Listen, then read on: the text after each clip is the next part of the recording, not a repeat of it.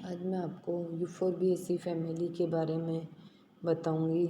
इसकी सबसे पहले वर्गीकृत स्थिति है division angiosperm, sub division dicotyledonae, class monochlamydeae, series unisexuales और फैमिली यूफोर्बिएसी। अब यूफोर्बिएसी के विशिष्ट लक्षण ये इसके सदस्य शाक, शूप या वृक्ष पादपों में आवश्यक रूप से दूधिया रबर शीर उपस्थित होता है। इसकी पत्तियां एकांतरित, सरल, अननुपर्णी, हस्ताकार रूप से पालीबद्ध या संयुक्त होती है। इसमें पुष्पक्रम, रेसीम, स्पाइक, सरल या शाखित पुष्पगुच्छ, पेनिकल या अधिकांश सदस्यों में विशेष प्रकार का पुष्पक्रम जैसे साइथियम पाया जाता है। पुष्प नियमित, एकलिंगी व जायांगधर होता है। परिदल पुंज एक चक्र में या अनुपस्थित होते हैं। पुंकेसर एक से असंख्य, पृथक या एकसंगी होते हैं। जायांग त्रिअंडपी, युक्तांडपी, अंडाशय त्रिकोष्ठीय, ऊर्ध्ववर्ती और स्तंभीय बीजांडान्यास पाया जाता है। इसमें 3 वर्तिकाएँ होती हैं। वर्तिकाग्र द्विशाखी होता है। इसमें फल विधुरैग्मा व कभी कभी ड्रूप भी होता है। अब इसके प्राप्ति स्थान, वितरण और प्राप्ति स्थान के बारे में बताएंगे। आवृतबीजी पौधों के इस रोचक एवं महत्वपूर्ण कुल में लगभग 300 वंश और 7,500 जातियां सम्मिलित हैं, जो उत्तर ध्रुवीय क्षेत्रों को छोड़कर विश्व के सभी भागों में पाई जाती है। इस कुल के अधिकांश सदस्य मुख्यतः उष्णकटिबंधीय क्षेत्रों या ट्रॉपिकल रीजन्स में सघन रूप से पाए जाते हैं। भारत में इस कुल का प्रतिनिधित्व 61 पादप वंश एवं 336 जातियों द्वारा होता है, जो हिमालय के तराई वाले इलाकों एवं दक्षिणी भारत की पहाड़ियों में वितरित है। कुछ जातियां मैदानी भागों व शुष्क क्षेत्रों में भी मिलती हैं। अब इसके कायिक लक्षण में सबसे पहले प्रकृति और आवास।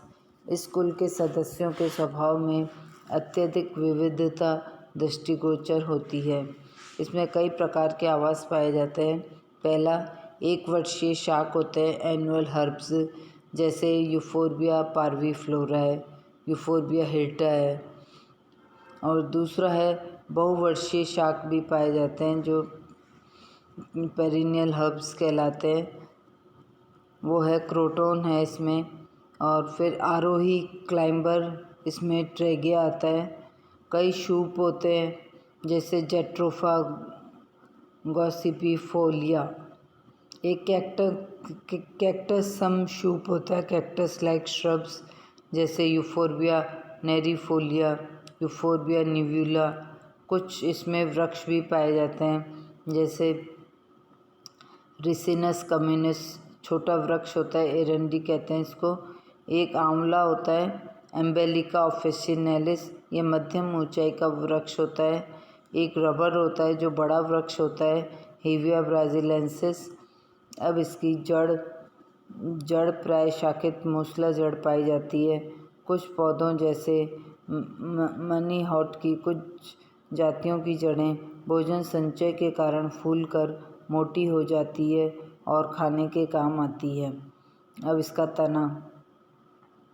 तना शाकीय और शाकीय या काष्ठीय, ऊर्ध्व या भूशायी, शाखित। इस कुल के मरुद्भिदीय सदस्यों में तना पर्णाभ स्तंभ या फिलोक्लेड जैसा हो जाता है। इन जातियों की प्रकृति कैक्टस के समान होती है। इनकी पत्तियां शीघ्रपाती कैड्यूकस होती है, जो जल्दी झड़ जाती है तथा अनुपर्ण कांटों के रूप में रूपांतरित हो जाते हैं। तना हरा और चपटा हो जाता है तथा प्रकाश संश्लेषण का कार्य करता है। यहाँ इस तथ्य की चर्चा करना तर्कसंगत एवं आवश्यक है कि कैक्टस और इनके समान दिखने वाले यूफोर्बिया जाति की पहचान कैसे संभव है। इस तथ्य की जानकारी के लिए कांटों का अध्ययन करना चाहिए। यदि कांटे स्पाइन्स दो दो के जोड़े में हो तो ये समझना चाहिए कि यह कैक्टस जैसे दिखने वाला पौधा यूफोर्बिया है, क्योंकि ये कांटे स्टिप्यूल्स अनुपर्णों का रूपांतरण है तथा अनुपर्ण सदैव 2 होते हैं। यदि कांटों की संख्या 2 से अधिक है तो ये समझना चाहिए कि पौधा वास्तविक कैक्टस है, क्योंकि वास्तविक कैक्टस के कांटे पत्तियों का रूपांतरण होते हैं। अब पत्ती इसमें एकांतरित या सम्मुख होती है। कभी कभी एक ही पौधे में निचली पत्तियां एकांतरित होती है और ऊपरी पत्तियां सम्मुख होती हैं, जैसे पेडिलैंथस में, जबकि मिडेशोन में पत्तियां चक्री होती हैं। पत्तियां सरल, अनुपर्णी, अच्छिन्न कोर या हस्ताकार संयुक्त पाल्मेटली कंपाउंड जैसे मैनीहॉट में, जैट्रोफा में अनुपर्ण शाखित पक्ष्माभिक्य ग्रंथि युक्त सीलिएट ग्लैंडुलर होते हैं, जबकि यूफोर्बिया की कैक्टस समजातियों में अनुपर्ण कंटकों या स्पाइन्स में रूपांतरित हो जाते हैं। बहुशिरीय जालिकावत शिराविन्यास होता है। रिसिनस में पर्णफलक पर्णवृंत की संधि पर 1 या 2 ग्रंथियां उपस्थित होती है। यूफोर्बिया की कुछ जातियों में पत्तियां शीघ्रपाती या अत्यधिक समानित होती हैं।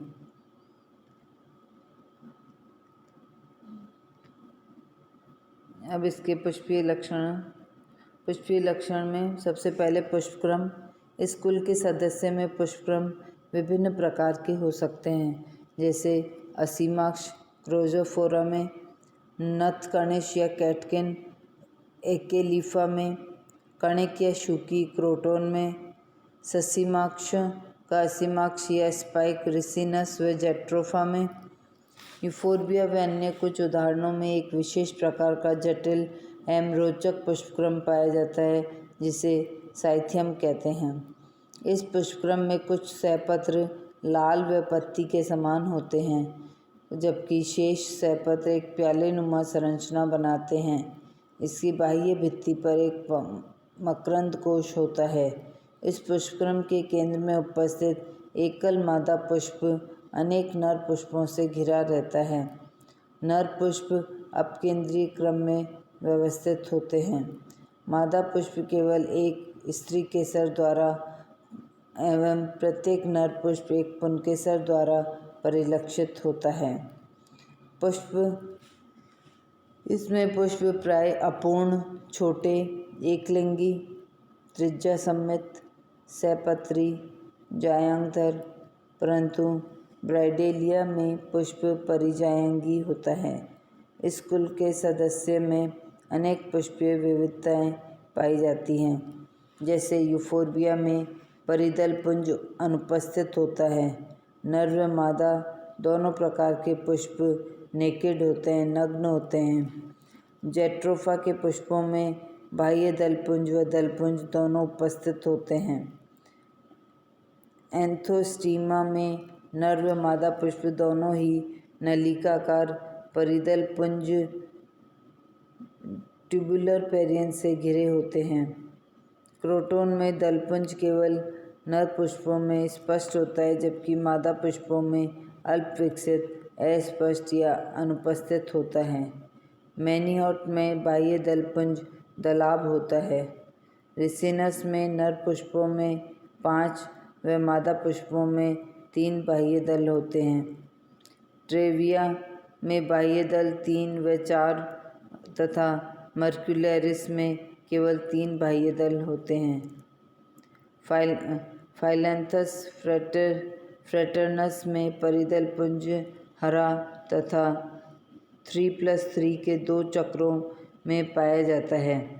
दलपुंज यदि उपस्थित हो तो पृथक दलीय होते हैं, परंतु जैट्रोफा में संयुक्त दलीय होते हैं।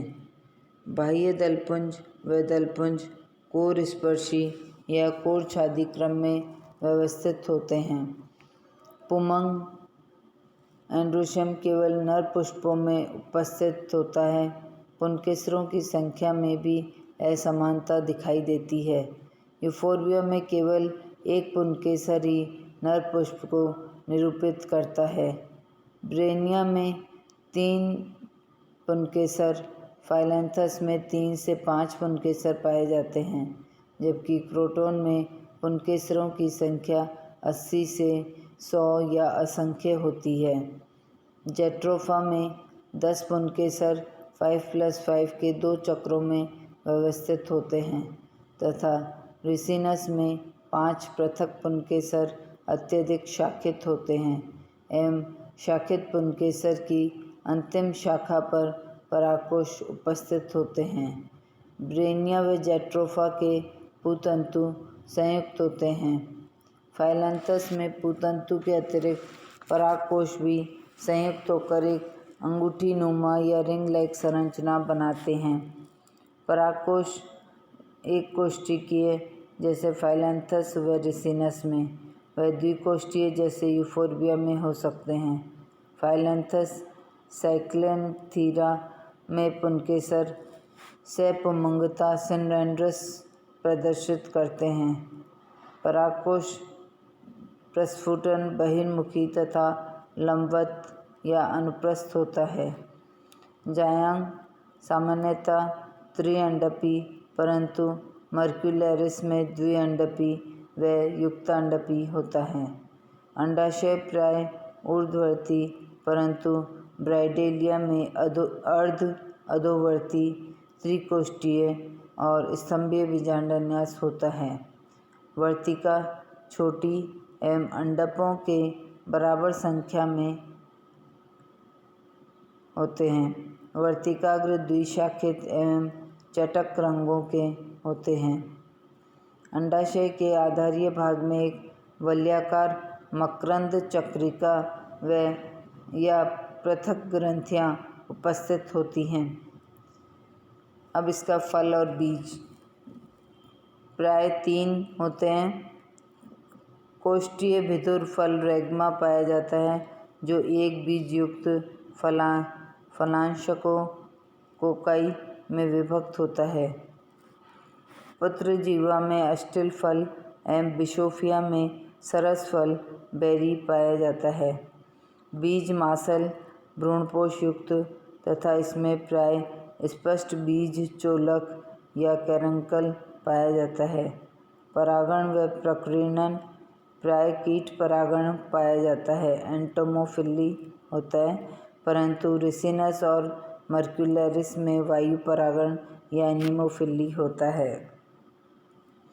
रिसिनस एवं हीविया इत्यादि में बीजों का प्रकीर्णन विस्फोटी प्रक्रिया द्वारा होता है, जबकि ट्रेविया में फलों की उत्प्लावकता की वजह से बीजों का प्रकीर्णन जल के द्वारा होता है।